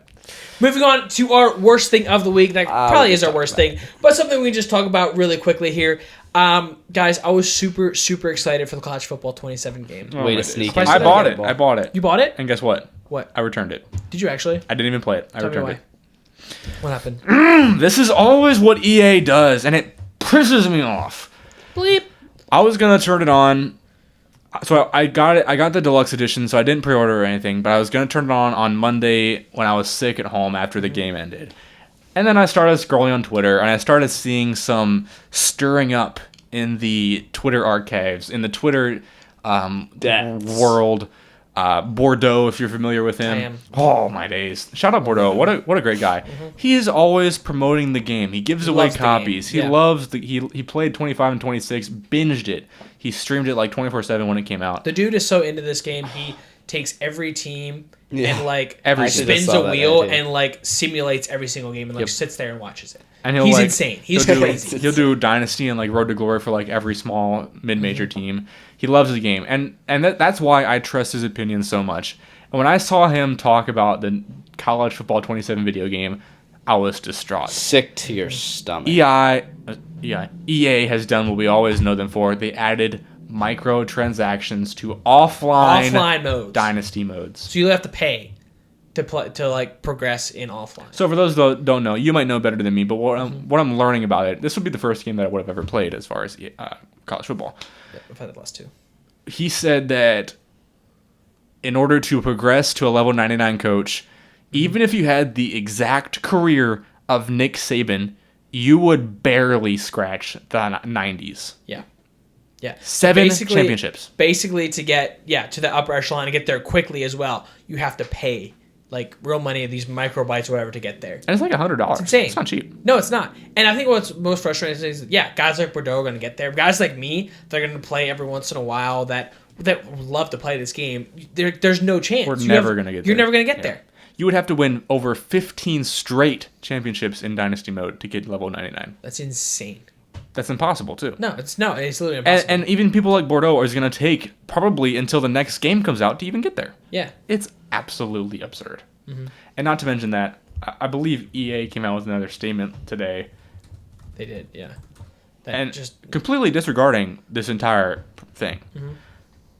Mm-hmm. Well, obviously, Bordeaux shared his emails with EA about this, and they just completely brushed it. They're going to let it brush over until no one cares anymore. But that's not going to happen. Of course, I'm not gonna find it now, but it wasn't the EA official account. It was like the EA Sports something was like, hey, we're excited for launch day. Who else is excited? Essentially, nothing has changed from last year. Hopefully, you guys enjoy the game. Yeah, it says essentially nothing's changed. And everyone's obviously like, Outrage. there's like 1,000 likes on the post and like 4,000 comments. Yeah. They're just berating them. Yeah. It's insane. It's horrible. It's sad. What has this world come to? Tough to see. I want to get it, but now I don't want to get it because it's a fun game. But Yeah. it's insane. So, Making us pay for a game that we already Well, paid for. started with the PS5 being $12,000. I'm not buying it's that. 500. Calm down. Chill. Same thing. I'll stay with my You PS4. can buy mine. Oh yeah. So in the email to Bordeaux, they said the core coach level progression is unchanged, and then in that same paragraph, they said faster progression was removed from online and offline Dynasty. So you it's changed not it. the same. So it's not the same. I don't understand. Yeah. They also said continuing to monitor community feedback. Coach XP progression has not changed from College Football 26, which is both It's very much changed. classic corporate Mahogany. mahogany. Ooh, nice. And now, GTA 6 is coming it's out. time for Where he Go! I'm starting to hate this segment. What a 'cause I keep fantastic losing. segment. Here, Your let me first this way so person I don't see is it. What does this Rosina. end? Inter Miami. Yes, I was just going to say it. Yeah, actually, mention For those at home that don't know, legendary goalie from Cape Verde, Vozina, is being interviewed by Inter Miami. Good for him. Him and All right, Messi. here you go. We've heard a lot of I love- Play with Messi. I love Where He Go for two reasons. One is because I One learned so because I'm much. dominating. The other is because I get to stump you guys, and that's so much fun. Yeah, doesn't happen very often though. It will today. Does to me. I think I've had 2 straight perfects, so No, you you need didn't to get step perfect on it, last buddy. time. Last time was Did you? perfect, but the time before that wasn't. Yeah, I'll say you didn't get 2 in a row. Because you guys didn't know where Isaiah likely went to college. Bums. You probably still don't. True. Coastal Carolina. Yeah. Negative 1 points. Okay. All right, week 18. Wait, what score? Andrew, you're down by 6 points. That is not. not true. 14 points. There we go. 62 That's to what I 48. thought. Ugh. Week 18, final week of the NFL regular season. Yes, it Do you know the is. Hall of Fame game is 24 days away? Oh my days. Wow. Did you know that college football is like 8 weeks away? Less than that. Is it? No. No. Oh, Week man. 0. It's like 2 months. Yeah. Whatever. Yeah, so we should probably start doing previews, right? We are. I've decided when I get back from a week-long trip, that's when it starts. Where are you So going, don't worry. buddy? LBS. Pennsylvania. Where you go? Where's Andrew going? Where's Andrew going? Pennsylvania. Okay. This is going to be top players from the 2023 college football year. So this is pretty recent. So this is kind of hard to make it difficult because obviously it's recency bias, but I think I did pretty well. Okay. Obviously for the easy, I believe this is going to be easy. This is a player who had 1,200 yards and 9 receiving touchdowns. Luther Burden. Luther Burden. So the problem is the easy ones for me are easy for JJ too. Again, never get Right. around. Yes. But it's just 1 point. Will he thrive for the Bears this year? I think he would do better. Yeah. I think he might be the better wide receiver on the Bears. Really think he's better than Dundee. Didn't do too think well so. last year. We'll see. That's for sure. So, Where'd he go? Mizzou. Missouri. Missouri is correct 1-1. Next up, I that have quarterback's for name? you. What was that quarterback's name? No. Bo Pribula? Oh, that one? Or are you talking about the other one? The one he played with. I would say no, not Daffy. He was I good. can see him.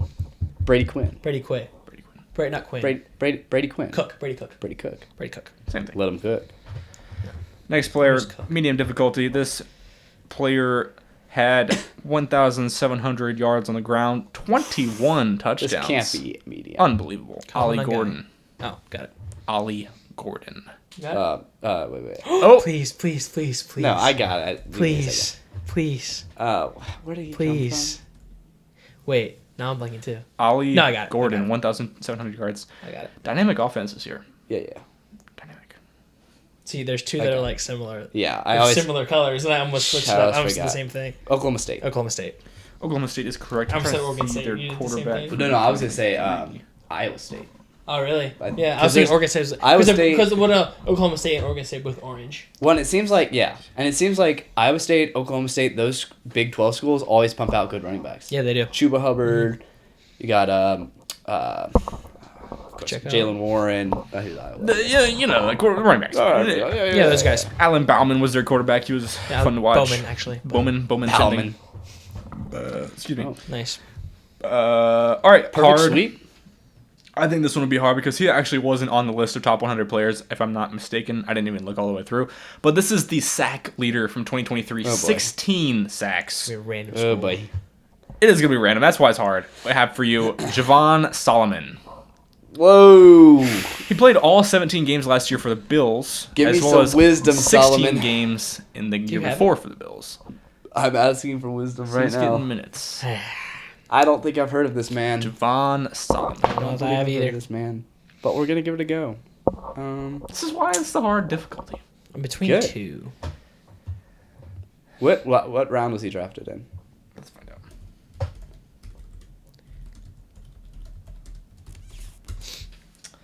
Javon Solomon was drafted. Show me.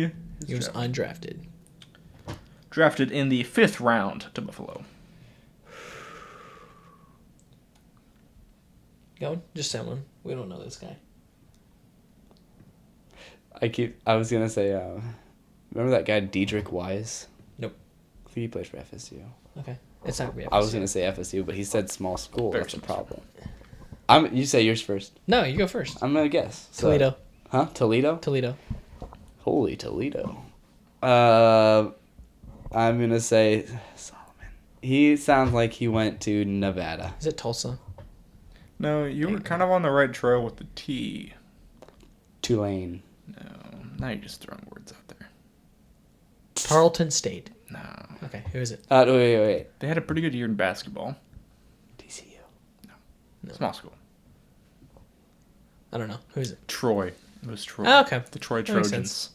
Troy Trojans. Yeah, you got to throw one That's out there. Electric defensive player. Sometimes you know him, sometimes you don't. Yeah, that's fine. 2023. Yeah. Javon Solomon. Like I said, he did play every game for the Bills this year. So Interesting. that'll be 3-3 for the Never day. apologize. Wait, I'm not apologizing. Guys, I messed up. Didn't gain any ground there, bud. Well, I didn't gain it. I didn't get a hot take. Oh. We could play Well, this I night. kind of have a hot take. I have a talking point, but I've done Yeah, hot you're a take talking like point. twice in a Hey, row. well, it doesn't matter. I messed up and forgot to get one. However, what happened for you? You're on a roll. Keep it rolling. Okay, Why I'll not? do another one.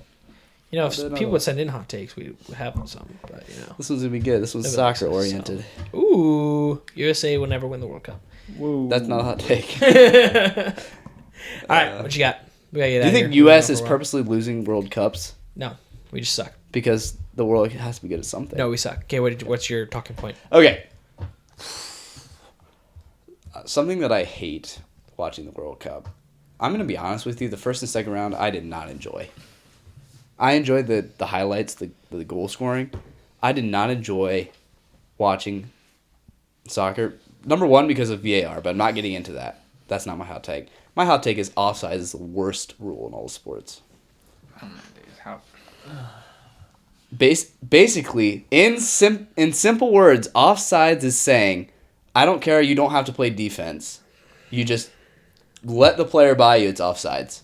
It totally negates defense. How do you feel about Hang on. pass interference calls? What? How do you Okay, feel about is that it? Is that your hot? Is that it? You done? I hate offsides with all my heart. It sucks. I'm okay with this.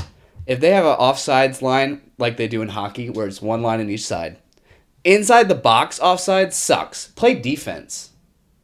If you can't play defense in the box, you're a bad team. If there's one line on each side, I'm fine. In the middle there, you can't cross over that line maybe 3/4 of the way down. Offside's the worst rule in sports. The 2-minute warning starts. 3, 2, 1. Ben. I don't understand how you can have this argument. This is like taking the travel call in basketball or the double dribbling call in basketball. It's a rule that has been there since the beginning of time for a reason. It presents a very clear black and white, you can't do this because of this. It presents a virtual boundary. Yeah, but you don't see a travel call that ruins a whole game. Yeah, you do. Sure, you do. If And if the somebody- result of the game. Yeah, okay. The reason rules are in place is to stop something that is a clear unfair advantage. Okay? What's an unfair advantage? Because just being able to get behind the defense. Play defense! Same thing as a travel call. If it's a clear unfair advantage when you can take 4 steps. Offsides is not offsides is not advantage. Because Yes, here's it is. You're no. pushing down the field, you don't have people back. But what if Doesn't you have, matter. But what if you have one guy that has the ball like 10 yards beyond midfield, and then you have 2 guys fighting for position? If the offensive player could just pin the defensive guy behind his back and wait for the pass to come over him, that's obviously going to be Easy. offsides. That's got to be an unfair advantage. Fight through and play defense. No, that's No, not how you it can't works. because as soon as you fight through, you foul the Okay, guy. then make a rule about boxing a guy out in soccer. No, you can't because that's another fundamental thing of This soccer. offsides just takes care of all of that. Though. Okay, this is my. I'm gonna rant here. Go ahead. This has been 40 my biggest. seconds. This has been my biggest thing about the World Cup is there's been so many people who are like, dude, this game is stupid. Why would you do this? Why would you do this? This is how soccer is played. Just because you don't understand it doesn't mean you can't. You're also an appreciate it. MLB fan, and MLB changes their rules to suit the modern game. Dude, I know that, but I'm saying when people, I'm completely dealing with this horrible take, offsides, whatever. But there's been so many people say, well, this shouldn't be this way. This should like the clock thing. There's been people, dude, soccer's been played this way for I don't know how many years. Just because you haven't watched this sport before doesn't mean it's at a bad place and this rule is stupid. It just means you haven't watched enough to appreciate the game that's in front of you. I'm a soccer pro. I know everything about soccer. I've watched all my life. But like, dude, you cannot come in here and say this is dumb. Hate it. It's been playing that Hate way, it. and that Hate is the it. Change your rules. 2-minute warning. That is my Fix rant the about game. soccer. I've heard it so many times. We need to make sure throughout Jeff this one. listens to that Oh, one. man. Holy I don't care about the clock. guacamole. I've been waiting to get that one out for a while. What are I've we been waiting to talking get that about? out for a I've been waiting while. to get that for a while. What are we talking about? Sorry. What are you guys doing tomorrow? I watch soccer. Why? I don't know. Oh, we're going. Are you going to? Yeah. Oh. Never mind. Oh, I'm no. not mad at just us. Oh, Let's go. yeah. Thank you guys so much for listening, and we'll talk to you next time. Peace. Peace out. Go Joe Walker.